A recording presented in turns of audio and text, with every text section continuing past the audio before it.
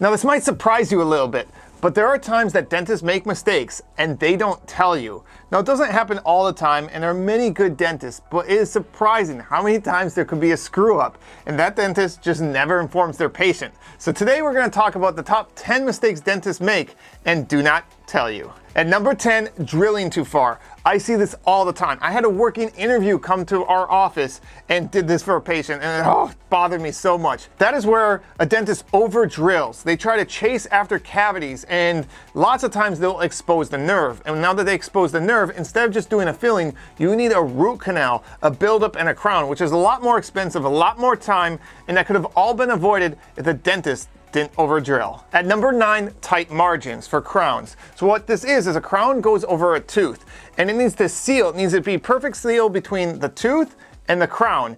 And if there's a gap, it can trap food, it can cause problems, it can cause sensitivity. But the worst part is usually you don't notice until you eventually get a cavity and then you have to replace the crown or even worse, maybe get a root canal. And a lot of dentists won't inform the patient if their crown isn't perfect. Why? Because the crown can take 2 to 3 weeks and now the patient's there and the last thing they want to tell the patient is, hey, it's not perfect, I need to send it back. And so they'll often basically fit it in even though it's not perfect. And that one I see quite often. At number 8 is overhangs. So fillings, just like crowns, need to have a smooth transition between the tooth and the crown or the tooth and the filling in this case. And many times there's a gap or a ledge and the patient will never know because they can't feel it. They don't know that. And what will happen is food will get stuck there, and because food will get stuck there, it will cause a cavity. So doing a filling only encourages the chance of a cavity happening after the filling. So it's really important dentists don't do overhangs, but they do that quite often. At number 7, leaving part of a broken tooth.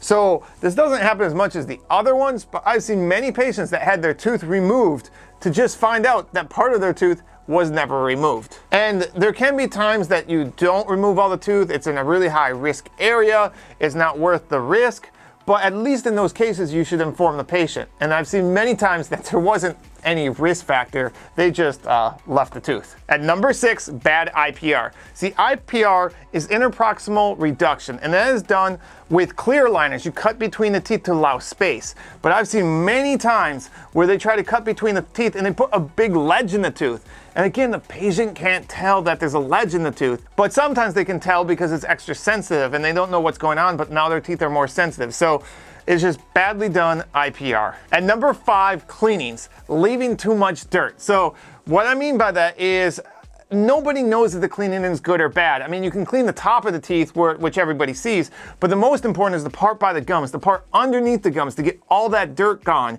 because if it stays, it's going to continue to cause gum disease. The problem with that is it's a lot easier not to remove it because the patient only sees the top of the teeth. They just leave it. And even if you pay for a deep cleaning, they might not remove all that dirt because it takes a lot more work and it's really easy to be lazy and not remove it. So I've seen so many people get a cleaning from a different dentist, come to us even a few weeks later, and they have a ton of dirt that was left on their teeth. Number 4, not properly filled root canals. See, when you do a root canal, you have to put this thing called gutta percha all the way to the end of the tooth. It will show up easily on an x-ray. And if you don't do that, it's really easy for the root canal to get reinfected.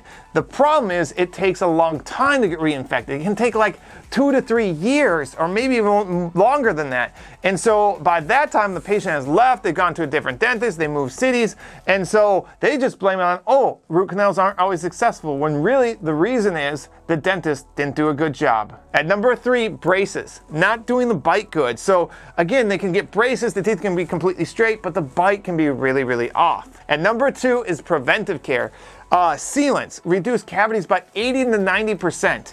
And patients can come with big grooves, perfect candidates for sealants. And they're really easy. You can do them on kids. Assistants can do them, so they can be done really, really easy. But the problem is they don't pay very well. And so many dentists don't do it because they're all about making money, even though sealants could really prevent a patient from getting cavities, prevent a lot of problems in the future. Dentists just don't do it. And number 1, not properly diagnosing. To properly diagnose a tooth, you can many times need to do a lab test. Now sometimes it's super obvious. Actually, most of the time it's super obvious. But you get some tricky ones where you're not exactly sure what tooth it is. And you should cold test it, you should test the gums, you should test the percussion, and I mean, there's multiple different tests you can do to really try to figure out which tooth is the one causing the situation.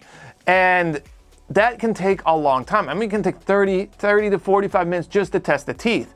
And so for a lot of dentists, that's just too long. And so what they'll try to do is tap a few teeth, which takes a few seconds, and then just guess. And I've seen it where the patient had a root canal done on one tooth because that's what the dentist thought was the painful one, only to find out it was another one, which then they had to do a root canal on. And so they had to do 2 root canals where only one was needed. That's very common, and it does happen a lot, just because the dentist is rushing and doesn't want to take the time to properly test the teeth. So those were the top 10 mistakes that dentists don't tell you about. There's probably a bunch I missed, so let me know which ones I missed in the comments.